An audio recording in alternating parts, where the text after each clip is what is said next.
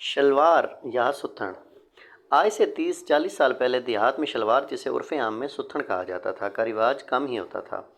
دھوتی چادر پہننا عام بات تھی اور کسی کو ملازمت کی مجبوری سے یہ پہننا بھی پڑتی تھی تو گھر آتے ہی سب سے پہلے شلوار سے جان چھڑائی جاتی۔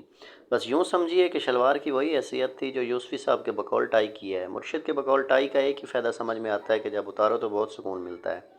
سب سے زیادہ اس موئی شلوار سے تنگ پرائمری اسکول ماسٹر ہوا کرتے تھے کہ سرکار کی طرف سے سخت ہدایات تھیں کہ دوران ڈیوٹی شلوار پہنی جائے۔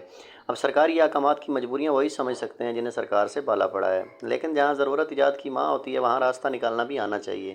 تو بہت سے اساتذہ نے اس کا یہ حل نکالا تھا کہ سکول میں ایک عدد شلوار ناڑا ڈال کر لٹکا دیتے تھے اور دور سے ہی کسی افسر کو آتا دیکھتے تو فوراً کمرے میں جا کر شلوار کو دھوتی سے بدل دیتے۔ افسر بھی خوش ہو جاتے۔ ہمارے ایک محترم استاد نے بھی ایک عدد سفید شلوار کمرے میں رجسٹروں کی الماری کے ساتھ کیل پر لٹکائی ہوئی تھی۔ اب بیچاری قسمت کہ کئی ماہ تک کسی افسر کو معائنے کی ضرورت ہی محسوس نہیں ہوئی اور اس تمام عرصے میں شلوار بھی ہر قسم کی زحمت سے بچی رہی۔ گرمی کی چھٹیوں سے 2-3 دن پہلے ایک نابکار قسم کے افسر کو معائنہ کی سوجی تو ٹپک پڑا اور ماسٹر صاحب کو بھی تب پتہ چلا جب افسر صاحب سکول میں قدم رکھ چکے تھے۔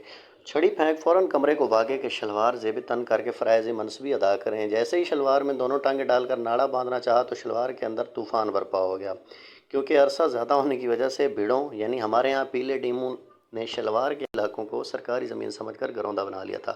اس کے بعد کیا ہوا آپ خود ہی سوچیں۔